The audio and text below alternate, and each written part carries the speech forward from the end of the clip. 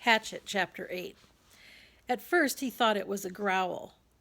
In the darkness of the shelter, in the middle of the night, his eyes came open, and he was awake, and he thought there was a growl. But it was the wind. A medium wind in the pines had made some sound that brought him awake. He sat up and was hit with the smell. It terrified him.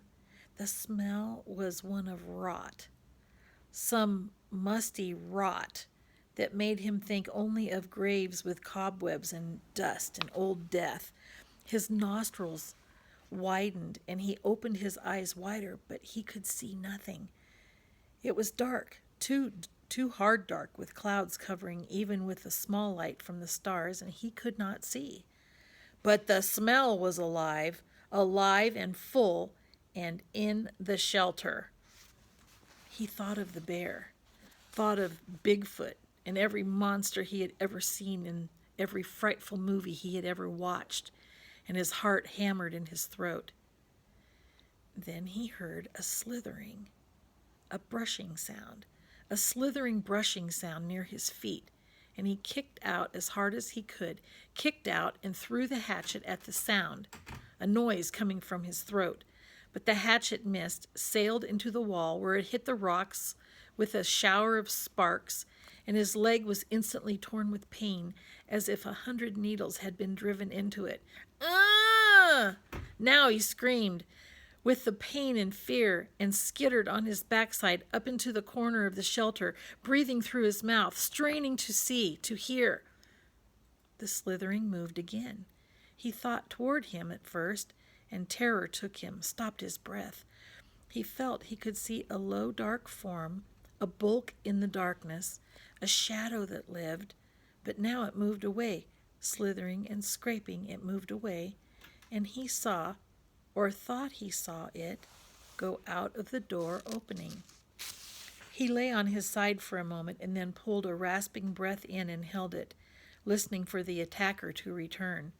When it was apparent that the shadow wasn't coming back, he felt the calf of his leg, where the pain was centered and spreading to fill the whole leg.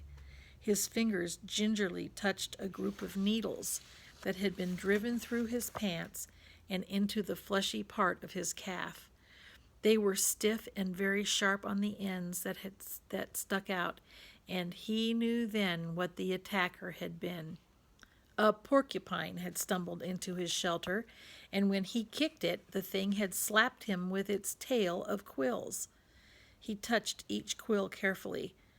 The pain made it seem as if dozens of them had been slammed into his leg, but there were only 8, pinning the cloth against his skin. He leaned back against the wall for a minute. He couldn't leave them in. They had to come out, but just touching them made the pain more intense. So fast, he thought, so fast things change. When he'd gone to sleep, he had satisfaction, and in just a minute it was all different. He grasped one of the quills, held his breath, and jerked. It sent pain signals to his brain in tight waves, but he grabbed another, pulled it, then another quill. When he had pulled 4 of them, he stopped for a moment. The pain had gone from being a pointed injury pain to spreading in a hot smear up his leg, and it made him catch his breath. Some of the quills were driven in deeper than others, and they tore when they came out. He breathed deeply twice, let half the breath out, and went back to work. Jerk! Pause! Jerk! And 3 more times before he lay back in the darkness, done. The pain filled his leg now, and with it came new waves of self-pity. Sitting alone in the dark, his leg aching, some mosquitoes finding him again, he started crying. It was all too much, just too much, and he couldn't take it, not the way it was. I can't take this way. Alone with no fire and in the dark, and sometime it might be something worse, maybe a bear, and it wouldn't be just quills in the legs, it would be worse. I can't do this, he thought again and again. I can't. Brian pulled himself up until he was sitting upright back in the corner of the cave. He put his head down on his arms across his knees, with stiffness taking his left leg, and cried until he was cried out.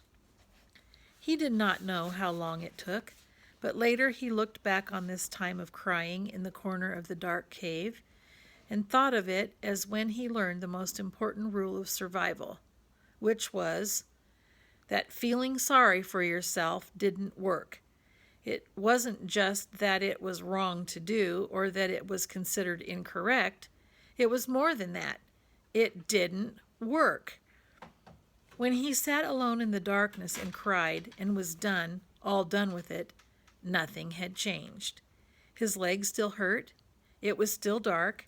He was still alone, and the self-pity had accomplished nothing.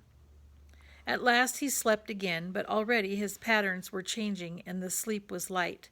The resting doze was more than a deep sleep, with small sounds awakened him twice in the rest of the night. In the last doze period of the daylight, before he awakened finally with the morning light and the clouds of new mosquitoes, he dreamed. This time it was not of his mother, not of the secret, but of his father at first, and then of his friend Terry. In the initial segment of the dawn, his father was standing at the side of the living room looking at him, and it was clear from his expression that he was trying to tell Brian something. His lips moved, but there was no sound, not a whisper. He waved his hands at Brian, made gestures in front of his face as if he were scratching something, and he worked to make a word with his mouth, but at first Brian could not see it. Then the lips made a shape, but no sound came. Ma. Brian could not hear it, could not understand it, and he wanted to so badly. It was so important to understand his father, to know what he was saying. He was trying to help, trying so hard, and when Brian couldn't understand, he looked cross, the way he did when Brian asked questions more than once, and he faded. Brian's father faded into a fog place Brian could not see, and the dream was almost over, or it seemed to be, when Terry came. He was not gesturing to Brian, but was sitting in the park at the bench looking at a barbecue pit, and for a time nothing happened. Then he got up and poured some charcoal from a bag into the cooker, and then some starter fluid, and he took a flick type of lighter and lit the fluid. When it was burning and the charcoal was at last getting hot, he turned, noticing Brian for the first time in the dream. He turned and smiled and pointed to the fire as if to say, "See? A fire!" But it meant nothing to Brian, except that he wished he had a fire. He saw a grocery sack on the table next to Terry. Brian thought it must contain hot dogs and chips and mustard, and he could think only of the food. But Terry shook his head and pointed again to the fire. And twice more he pointed to the fire, made Brian see the flames, and Brian felt his frustration and anger rise, and he thought, all right, I see the fire, but so what? I don't have a fire. I know about fire. I know I need one. I know that. His eyes opened, and there was light in the cave, a gray, dim light of morning. He wiped his mouth and tried to move his leg, which had stiffened like wood. There was thirst and hunger, and he ate some raspberries from the jacket. They had spoiled a bit, seemed softer and mushier, but still had a rich sweetness. He crushed the berries against the roof of his mouth with his tongue and drank the sweet juice as it ran down his throat. A flash of metal caught his eye, and he saw his hatchet in the sand where he had thrown it at the porcupine in the dark. He scooched up, wincing a bit when he bent his stiff leg and crawled there where the hatchet lay. He picked it up and examined it and saw a chip in the top of the head.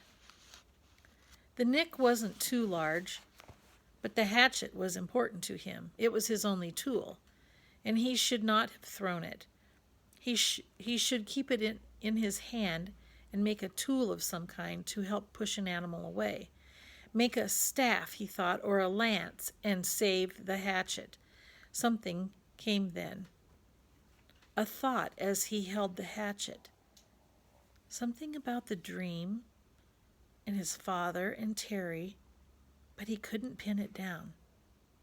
Ah! He scrambled out and stood in the morning sun and stretched his back muscles and his sore leg. The hatchet was still in his hand, and as he stretched and raised it over his head, it caught the first rays of the morning sun. The first faint light hit the silver of the hatchet, and it flashed with a brilliant gold in the light, like fire. That is it, he thought. What they were trying to tell me. Fire! The hatchet was the key to it all. When he threw the hatchet at the porcupine in the cave and missed and hit the stone wall, it had showered sparks, a golden shower of sparks in the dark, as golden with fire as the sun was now. The hatchet was the answer. That's what his father and Terry had been trying to tell him. Somehow he could get fire from the hatchet. The sparks would make fire. Brian went back into the shelter and studied the wall. It was some sort of chalky granite or a sandstone, but embedded in it were large pieces of a larger stone, a harder and darker stone. It only took him a moment to find where the hatchet had struck. The steel had nicked into the edge of one of the darker stone pieces. Brian turned the head backward so he could strike with the flat rear of the hatchet and hit the black rock gently. Too gently, and nothing happened. He struck harder, and a glancing blow and 2 or 3 weak sparks skipped off the rock and immediately died. He swung harder, held the hatchet so it would hit a longer striding blow, and the black rock exploded in fire. Sparks flew so heavily that several of them skittered and jumped on the sand beneath the rock, and he smiled and struck again and again. There could be fire here, he thought. I will have a fire here, he thought, and struck again. I will have a fire from the hatchet.